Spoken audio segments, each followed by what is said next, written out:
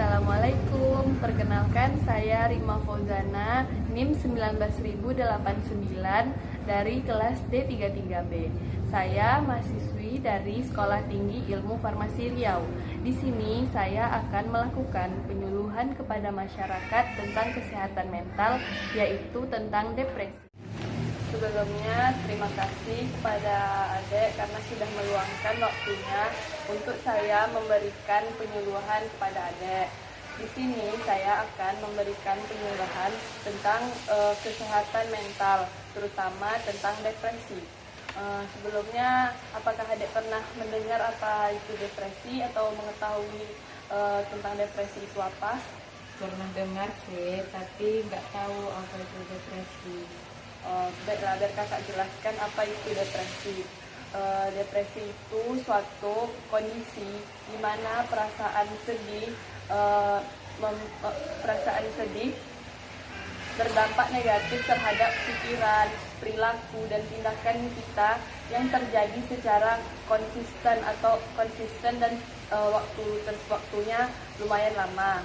Biasanya kalau seseorang sudah terkena depresi, dia akan kehilangan rasa semangat dalam hidupnya, dan tentunya ini tidak berdampak buruk bagi kegiatan kita, bagi kesehatan mental kita. Tahukah adik bahwa kesehatan mental itu tidak boleh diabaikan? Layaknya kesehatan fisik, kesehatan mental tentu juga sangat penting untuk kita jaga. Nah, di sini kan kakak sudah membuat poster tentang gejala depresi.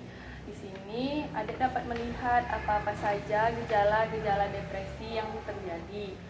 Bisa dilihat. Nah, di sini ada yang pertama, rasa tidak tenang, seperti sering gelisah. Yang kedua, menurunnya kemampuan berkonsentrasi, yang disebabkan karena pikiran yang terlalu banyak, pikiran yang terlalu rumit. Yang ketiga, perasaan tidak berguna atau bersalah. Ini juga merupakan gejala-gejala dari depresi. Yang kemudian, gangguan tidur bisa berlebih atau juga berkurang. Hal ini disebabkan karena misalnya sering memikirkan kesedihan atau masalah itu terlalu larut.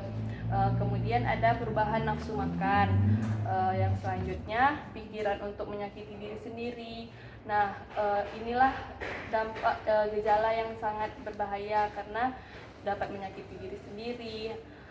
Kemudian ada perasaan cemas, dan yang terakhir adalah kehilangan energi, sehingga kita tuh kayak malas mau melakukan aktivitas yang lainnya.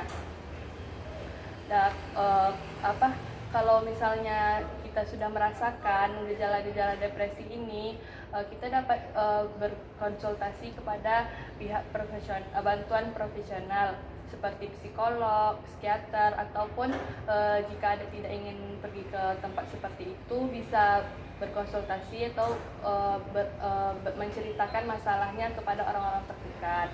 Kak, mau nanya, kenapa sih orang bisa kena depresi? Begitu. Jadi, kenapa seseorang bisa mengalami depresi? Salah satu penyebabnya, tentunya setiap orang itu berbeda penyebab kenapa bisa depresi. Salah satunya misalnya dia kehilangan orang yang dicintainya, sehingga dia tuh larut dalam rasa sedih, dan itu dapat menyebabkan depresi. Kemudian seperti terjadinya pembulian yang mengakibatkan seorang tersebut kena depresi. Pembulian ini ada bermacam-macam, misalnya pembulian secara langsung yang seperti verbal yang terjadi di sekolah, ataupun pembulian secara online juga marak terjadi sekarang. Nah, itu merupakan contoh-contoh penyebab terjadinya depresi. Jadi, penting bagi kita untuk menyadari bukan hanya kesehatan fisik yang harus kita jaga, tetapi kesehatan mental pun tentu harus kita jaga. Jika seseorang sudah terkena depresi ini, penanganan yang dapat dilakukan yaitu menghubungi pihak bantuan profesional seperti psikolog atau psikiater tadi, dan juga minta bantuan orang-orang terdekat untuk mengatasinya.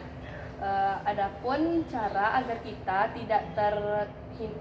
terhindar dari depresi, yaitu memerangi pikiran-pikiran negatif yang ada di kepala kita dengan melakukan kegiatan-kegiatan positif, seperti contohnya melakukan membaca buku, rajut, atau melakukan hal-hal yang berdampak positif.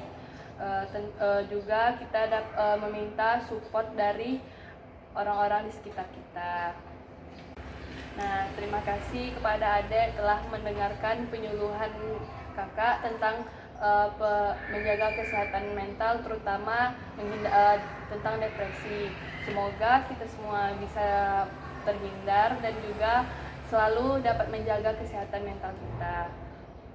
Terima kasih.